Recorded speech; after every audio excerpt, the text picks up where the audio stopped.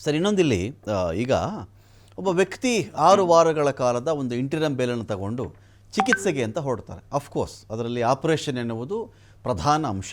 ನಮ್ಗೆ ಆಪರೇಷನ್ ಆಗಲೇಬೇಕಿದು. ಬಳ್ಳಾರಿಯಲ್ಲಿ ಮಾಡಿಸ್ಕೊಳ್ಳೋಕೆ ಇಷ್ಟ ಇಲ್ಲ, ಬೆಂಗಳೂರಲ್ಲೇ ನಮ್ಮ ಅನುಕೂಲಕ್ಕೆ ತಕ್ಕಂತಹ ವೈದ್ಯರ ಬಳಿ ನಾವು ಮಾಡಿಸ್ಕೊಳ್ತೀವಿ ಅಂತ ಹೇಳಿದ ಮೇಲೆ ಇಲ್ಲಿ ಆಪರೇಷನ್ ಎನ್ನುವುದು SP ಅವರು ಇಷ್ಟಪಟ್ಟಾಗ ದರ್ಶನ್ ಆಪರೇಷನ್ ಮಾಡ್ಕೋಬೇಕು ಅಂತನಾ, ಇಲ್ಲ ಕರ್ನಾಟಕ ಪೊಲೀಸರು ಇಷ್ಟಪಟ್ಟಾಗ ಅವರು ಡಿಮ್ಯಾಂಡ್ ಮಾಡಿದ ಟೈಮಲ್ಲೇ ಆಪರೇಷನ್ ಮಾಡಿಸ್ಕೋಬೇಕು ಅಂತನಾ, ದರ್ಶನ್ ಆರೋಗ್ಯ ಸ್ಥಿತಿ, ದೇಹ ಸ್ಥಿತಿ ಮತ್ತು ವೈದ್ಯರ ಸಲಹೆ ಮತ್ತು ಅನುಕೂಲ ಇದನ್ನು ನೋಡ್ಕೊಂಡು ಆಪರೇಷನ್ ಮಾಡಬೇಕು ಅಂತ within the frame of 6 weeks ನಾನು ಕೇಳ್ತಾ ಇದ್ದೀನಿ ಸರ್.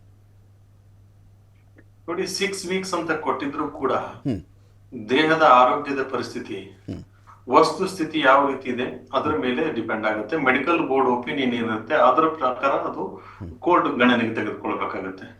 ಇವರು ಪ್ರಾಸಿಕ್ಯೂಷನ್ ಅವ್ರು ಯಾವ ರೀತಿ ಹೇಳ್ತಾರೆ ಅನ್ನೋಕ್ಕಿಂತ ಅಥವಾ ಈ ಆರೋಪಿಗಳ ಪರವಾಗಿ ಯಾವ ರೀತಿ ಹೇಳ್ತಾರೆ ಅನ್ನೋಕ್ಕಿಂತ ಮೆಡಿಕಲ್ ಬೋರ್ಡ್ ಏನು ಒಪಿನಿಯನ್ ಕೊಡುತ್ತೆ ಅದ್ರ ಮೇಲೆ ನಿರ್ಧಾರ ಆಗುತ್ತೆ. ಇವರು ತಮ್ಗ್ ಬೇಕಾದಾಗ ಇವರು ತಾವು ಆಪರೇಷನ್ ಮಾಡ್ಕೊಳಕ್ ಬರೋದಿಲ್ಲ. ಅದೇ ರೀತಿ ಪ್ರಾಸಿಕ್ಯೂಷನ್ ಹೇಳಿದ ಹಾಗೆ ಆಪರೇಷನ್ ಮಾಡೋದಕ್ಕಾಗೋದಿಲ್ಲ ಅವ್ರು ಹೇಳಿದ ದಿನಾಂಕಕ್ಕೆ. ಅಂದ್ರೆ ಆರೋಗ್ಯ ಪರಿಸ್ಥಿತಿ ಯಾವ ರೀತಿ ಇರ್ತದೆ, ವಸ್ತು ಸ್ಥಿತಿ ಯಾವ ರೀತಿ ಇರ್ತದೆ, ಯಾವತ್ತಿಗೆ ಸೂಕ್ತ ಅಂತ ಅವರು ತೀರ್ಮಾನ ತಗೋತಾರೆ. ಆ ತೀರ್ಮಾನಕ್ಕೆ ಎಲ್ಲರೂ ಬದ್ಧ ಆಗ್ಬೇಕಾಗ್ತದೆ.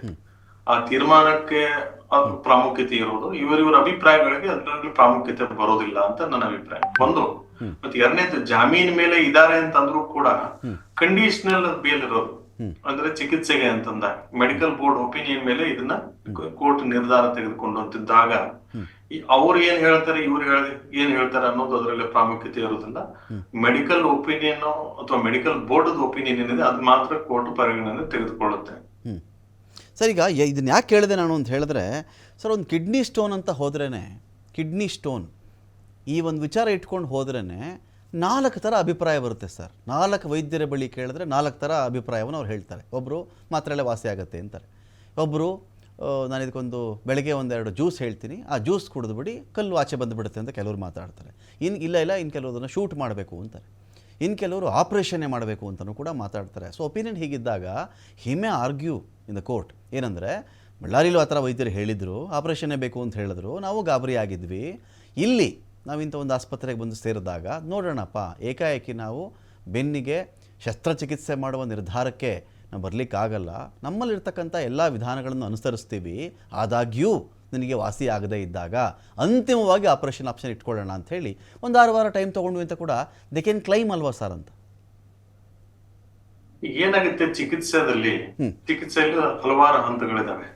ಮೊದಲಿಗೆ ಅಬ್ಸರ್ವೇಷನ್ ಅಂತ ಮಾಡ್ತಾರೆ. ಈಗಾಗಲೇ ಮೆಡಿಕಲ್ ರಿಪೋರ್ಟ್ ಇರುತ್ತೆ, ಆ ರಿಪೋರ್ಟ್ ಆಧಾರದ ಮೇಲೆ ಒಂದು ಟ್ರೀಟ್ಮೆಂಟ್ ಅಂತ ಸ್ಟಾರ್ಟ್ ಮಾಡ್ತಾರೆ. ಆ ಟ್ರೀಟ್ಮೆಂಟ್ ಸ್ಟಾರ್ಟ್ ಮಾಡಿದಾಗ ಕೆಲವೊಂದು ಸಿಂಪ್ಟಮ್ಸ್ ಏನೇನಿದಾವೆ, ಯಾವ ರೀತಿ ಬರುತ್ತೆ ಅಂತ ಹೇಳ್ಬಿಟ್ಟು ಅಬ್ಸರ್ವೇಷನ್ ಮಾಡ್ತಾರೆ ಕೆಲವು ದಿನಗಳವರೆಗೆ.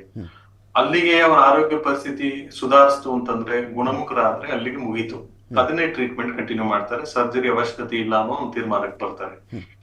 ಅಕಸ್ಮಾತ್ ಆ ಟ್ರೀಟ್ಮೆಂಟ್ ನಲ್ಲೂ ಕೂಡ ಆರೋಗ್ಯದ ಪರಿಸ್ಥಿತಿ ಸುಧಾರಿಸದೆ ಹೋದ್ರೆ ಹೆಚ್ಚುವರಿ ಟ್ರೀಟ್ಮೆಂಟ್ ಏನಾದ್ರು ಮತ್ತೆ ಬೇಕು ಅಂತ ನೋಡ್ತಾರೆ. ಅಲ್ಲೂ ಕೂಡ ಏನಾದ್ರು ಪರಿಣಾಮ ಆಗದೆ ಇದ್ರೆ ಕೊನೆಯ ಪಕ್ಷ ಅಂದ್ರೆ it's a last resort, surgery is a last resort. ಎಲ್ಲಾದ್ರೂ ಅಷ್ಟೇ ಸರ್ಜರಿ ಅದು ಮಾಡಲೇಬೇಕು ಅಂತ ತೀರ್ಮಾನಕ್ಕೆ ಬಂದ್ರೆ, ಅಂದ್ರೆ ಯಾವುದೇ ಟ್ರೀಟ್ಮೆಂಟ್ಗಳು ಇಲ್ಲಿ ಫಲಿಸದೆ ಇದ್ದಾಗ surgery itself is the only treatment available ಅನ್ನೋದಾಯ್ತು ಅಂದ್ರೆ, ಅಥವಾ that is the only treatment which can resolve the issue ಅನ್ನೋದಾಯ್ತು ಅಂತಂದ್ರೆ, ಆವಾಗ ಸರ್ಜರಿ ಬಗ್ಗೆ ಮೆಡಿಕಲ್ ಬೋರ್ಡ್ ಒಪಿನಿಯನ್ ಕೊಡುತ್ತೆ. Medical board consist of several doctors, not one doctor. So multiple doctors ಇರ್ತಾರೆ, experts ಇರ್ತಾರೆ, ಅವರು ಎಲ್ಲ ಅಭಿಪ್ರಾಯದ ಮೇಲೆ ನಿರ್ಧಾರ ತೆಗೆದುಕೊಳ್ಳಾಗ್ತದೆ. ಈಗ ಇವರು ಆರೋಪಣೆ ಇಲ್ಲದೆ ಇದ್ರೆ ಅಥವಾ ಇವ್ರ ಮೇಲೆ ಚಾರ್ಜ್ ಶೀಟ್ ಇಲ್ಲದೆ ಇದ್ರೆ ಇವ್ರು ಯಾವಾಗ ಬೇಕು ಯಾರ ಡಾಕ್ಟರ್ನ ಅದು ಕನ್ಸಲ್ಟ್ ಮಾಡ್ಕೋಬಹುದು, ತಮಗೆ ಬೇಕಾದಂಗೆ ತಾವು ತೀರ್ಮಾನ ತೆಗೆದುಕೊಳ್ಬಹುದು. ಈಗ ಆ ರೀತಿ ಇರಲ್ಲ. ಕಸ್ಟಡಿಯಲ್ಲಿ ಇದ್ದಾಗ ಈಗ ಸದ್ಯಕ್ಕೆ ಬೇಲ್ ಮೇಲೆ ಇದ್ರೂ ಕೂಡ ಕಸ್ಟಡಿಯಲ್ಲಿ ಇದ್ದ ಹಾಗೇನೆ, ಅಂದ್ರೆ it is like house arrest ಅಂತ ನಾವು ಮುಂಚೆನೂ ಕೂಡ ತಮ್ಮ ಮುಂದೆ ಹೇಳಿದ್ವಿ ಒಂದ್ಸರಿಗೆ. ಅಂದಾಗ ಈಗ ಇವ್ರ ತೀರ್ಮಾನ ತೆಗೆದುಕೊಳ್ಬೇಕಾಗಿಲ್ಲ, ಮೆಡಿಕಲ್ ಬೋರ್ಡ್ ತೀರ್ಮಾನ ತೆಗೆದುಕೊಳ್ಳುತ್ತೆ. ಇವ್ರ ಸರ್ಜರಿ ಅವಶ್ಯಕತೆ ಇದೇನಾ ಇಲ್ಲೋ ಅನ್ನೋದ್ರ ಬಗ್ಗೆ ಆಗ್ಲಿ, ಅಥವಾ ಸರ್ಜರಿ ಬೇಕು ಅಂದ್ರೆ ಯಾವ ರೀತಿ ಸರ್ಜರಿ ಬೇಕು ಅನ್ನೋದಾಗ್ಲಿ, ಅಥವಾ ಸರ್ಜರಿ ಬೇಕು ಅಂದ್ರೆ ಎಲ್ಲಿ ಸರ್ಜರಿ ಮಾಡಿಸ್ಬೇಕು ಅನ್ನೋದಾಗ್ಲಿ ಅಂದಾಗ ಆ ಒಪಿನಿಯನ್ ಮೇಲೆ ಮೆಡಿಕಲ್ ಬೇಲ್ ಎಕ್ಸ್ಟೆನ್ಷನ್ ಬೇಕಾ ಬೇಡ ಅನ್ನೋದ್ರ ಬಗ್ಗೆ ಕೋರ್ಟ್ ತೀರ್ಮಾನ ತೆಗೆದುಕೊಳ್ತದೆ. ಸರ್ ಇನ್ನೊಂದು ವಿಚಾರ, ನಿಮಗೆ ಅಡಿಷನಲ್ ಚಾರ್ಜ್ ಶೀಟ್ ವಿಚಾರಕ್ಕೆ ಸಂಬಂಧಪಟ್ಟದ್ದು ನನ್ನದು 2 ಪ್ರಶ್ನೆ ಬರುತ್ತೆ ಸರ್. ಒಂದು, ಇಲ್ಲಿ ದರ್ಶನ್ ರೀತಿಯೇ ಇನ್ಯಾವುದಾದ್ರೂ ಖೈದಿ ಹಿಂದೆ ಮೆಡಿಕಲ್ ಕಾರಣಗಳನ್ನು ಕೊಟ್ಟು ಒಂದು ವೇಳೆ ಇಂಟರಿಮ್ ಬೇಲನ್ನು ಪಡ್ಕೊಂಡಿದ್ದರೆ ಅವ್ರಿಗೊಂದು ಟೈಮ್ ಫ್ರೇಮನ್ನು ಹಾಕಿದರೆ ಆ ಟೈಮ್ ಫ್ರೇಮ್ ಒಳಗಡೆ ಅಕಸ್ಮಾತ್ ಆಪರೇಷನ್ ಆಗದೇ ಇದ್ದರೆ ಅಂಥವ್ರನ್ನ ಮರಳಿ ಜೈಲಿಗೆ ಕಳಿಸಲಾಗಿದೆಯಾ ಅಥವಾ ಅವ್ರಿಗೆ ಬೇಲ್ ಎಕ್ಸ್ಟೆಂಡ್ ಮಾಡಿರ್ತಕ್ಕಂಥ ಉದಾಹರಣೆಗಳು ಕೂಡ ಇದೆಯಾ ಅಂತ ಒಂದು. ಮೆಡಿಕಲ್ ಬೇಲ್ ಅಂತಂದ್ರೆ ಮೇನ್ ಬೇಲ್ ಕೊಡೋದು ಬೇರೆ, ಫೈನಲ್ ಆರ್ಡರ್ ಆಗಿ ಬೇಲ್ ಕೊಡೋದು ಬೇರೆ, ಇಂಟ್ರಿಮ್ ಬೇಲ್ ಅಂತ ಕೊಡೋದು ಬೇರೆ. ಇಂಟ್ರಿಮ್ ಬೇಲ್ ಅಂತಂದ್ರೆ ಇದಕ್ಕೆ ಲಿಮಿಟೆಡ್ ಅದಕ್ಕೆ ಲೈಫ್ ಇರುತ್ತೆ. ಅಂದ್ರೆ ಈಗ ಮಧ್ಯಂತರ ಆದೇಶ ಅಂತ ಕೊಟ್ಟಿದ್ದಾರೆ. Main bale application, regular bale application ಇವಾಗ್ಲೂ ಪೆಂಡಿಂಗ್ ಇದೆ. ಇದ್ರದ್ದು ಈ ಕೆಲವು ಹಂತದವರೆಗೆ ಮಾತ್ರ ಇದ್ರದ್ದು ಪರಿಗಣನೆಗೆ ತೆಗೆದುಕೊಳ್ಳಾರೆ. ಇದು ಅನಿಯಮಿತ ಅವಧಿವರೆಗೆ ಅಂತ ಅನ್ನೋ ತರ ಅಲ್ಲ, ಇದು ಅಪರಿಮಿತ ಅವಧಿವರೆಗೆ ಅಂತ ಅಲ್ಲ. ಇದು ಅಂದ್ರೆ ಇದನ್ನ ನೋಡ್ಕೊಂಡು ಮೇನ್ ಬೇಲ್ ಕೊಡ್ಬೇಕು ಕೊಡಬಾರ್ದು ಅನ್ನೋದ್ರ ಬಗ್ಗೆ ಈಗ ತೀರ್ಮಾನ ತೆಗೆದುಕೊಳ್ಳೋಕ್ಕಿಂತ ಮುಂಚೆ ಮಧ್ಯಂತರ ಅರ್ಜಿ ಹಾಕಿರೋದ್ರಿಂದ ಮಧ್ಯಂತರ ಅರ್ಜಿ ಮೇಲೆ ಆದೇಶ ಮಾಡಿರೋದು ಇಷ್ಟೇ. ಅಂದಾಗ ಇದು ಕೋರ್ಟ್ ವ್ಯಾಪ್ತಿಗೆ ಅಂದ್ರೆ ಅದಕ್ಕೆ ಏನು ಡಿಸ್ಕ್ರಿಷನ್ ಗೆ ಸಂಬಂಧಪಟ್ಟಿರುವಂತ ವಿಚಾರ ಆಗಿರೋದ್ರಿಂದ court may extend the interim bail or may not extend the interim bail. This is one thing.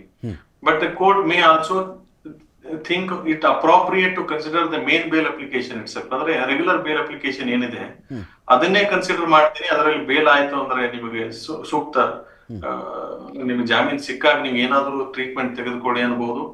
ಅಥವಾ ಅದಾದ ನಂತರ ಸಪರೇಟ್ ಮೆಡಿಕಲ್ ಬೇಲಿಗೆ ನೀವು ಅಪ್ಲೈ ಮಾಡಿ, ಆ ನಂತರ ಮೆಡಿಕಲ್ ಬೋರ್ಡ್ ಇರುತ್ತೆ, ಮತ್ತೊಂದು ಇರುತ್ತೆ, ನಿಮ್ಗೆ ಬೇಕಾಗಿರೋಂಥ ವಿಚಾರನ ಅವ್ರ ಮುಂದೆನೆ ಮಂಡಿಸಿ ಅಂತಾನು ಹೇಳ್ಬೋದು. ಹಾಗಾಗಿ there are two options to the court.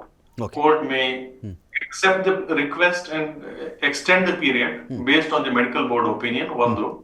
ಅಥವಾ it may refuse to accept the medical board opinion and say that main bail application ಏನಿದೆ ಅದನ್ನೇ ತೀರ್ಮಾನ ಮಾಡ್ತೀನಿ ಅಂತ ಹೇಳ್ಬಿಟ್ಟು ಅದನ್ನೇ ತೀರ್ಮಾನ ಮಾಡಿ ಈ ಮೆಡಿಕಲ್ ಗ್ರೌಂಡ್ ಮೇಲೆ ನೀವು ಬೇಕಾದ್ರೆ ಒಂದು ಸಪರೇಟ್ ಅರ್ಜಿ ಹಾಕೊಳ್ಳಿ ಅಂತ ಹೇಳ್ಬಿಟ್ಟು ಅವ್ರಿಗೆ ಲಿಬರ್ಟಿ ಕೊಡ್ಬೋದು ಇಷ್ಟೇ.